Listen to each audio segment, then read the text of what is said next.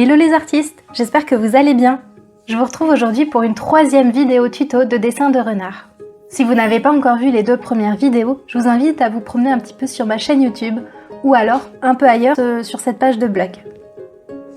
Dans cette vidéo, j'utilise comme très souvent mes crayons de couleur Polychromos Faber-Castell et mon sketchbook Milan 1918. J'ai trouvé une image de référence sur Pinterest. Vous pouvez trouver plein d'images de référence de renard sur mon Pinterest, dans le tableau renard. Pas de surprise sur le nom.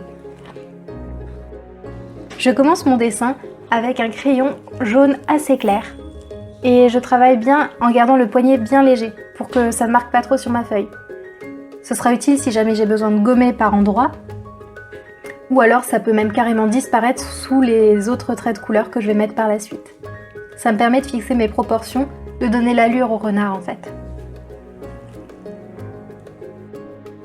Je passe ensuite à la couleur plus proprement parlée, et en particulier par les couleurs foncées. Je vais tracer doucement les contours des oreilles.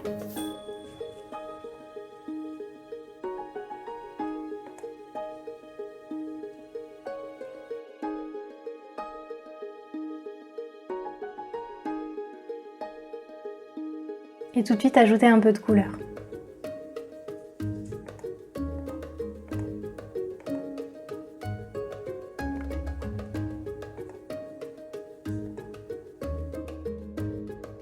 Quand je dessine dans les oreilles, je veille bien à faire mes traits dans le sens des poils des oreilles.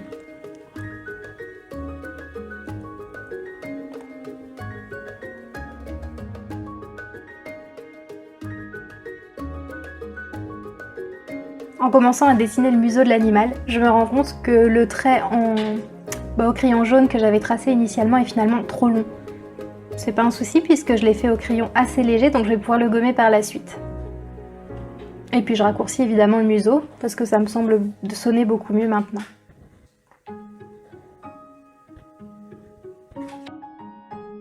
En regardant l'image de référence, je peux distinguer les zones de orange plus foncé des zones de orange plus clair, voire des zones où il y a carrément du jaune en raison du soleil qui arrive sur le renard. Donc en fonction de ça, je mets mes couleurs sur le renard. Je veille bien à toujours utiliser mes crayons dans le sens du poil de l'animal. C'est ce qui va donner un peu de texture finalement à la fourrure de l'animal. Et puis donner un aspect un peu plus réaliste que si on dessinait dans n'importe quel sens, et un autre style que si on faisait des aplats de couleurs carrément uniformes.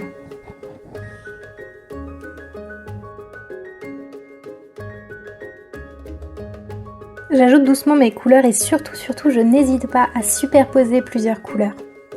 On se rend pas compte mais ça va vraiment donner une texture beaucoup plus intéressante au pelage qu'on est en train de dessiner.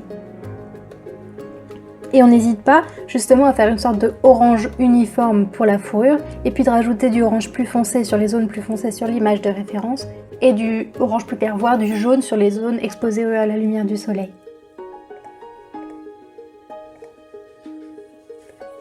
Pour les patounes, effectivement, sur l'image de référence, elles sont en noir. De mon côté, j'avais peur que ce soit trop violent. Enfin, en fait, ça me plaisait pas sur mon dessin. J'avais pas du tout envie de mettre du noir. Et comme je le rappelle souvent à mes élèves en cours de dessin, quand on dessine, on ne fait pas une photo, on dessine. Donc on est libre totalement à tout moment d'interpréter comme on veut. De la même manière, j'avais pas du tout envie de lui fermer les yeux. Donc sur mon dessin, je vais lui ouvrir les yeux beaucoup plus qu'il ne les a sur l'image de référence.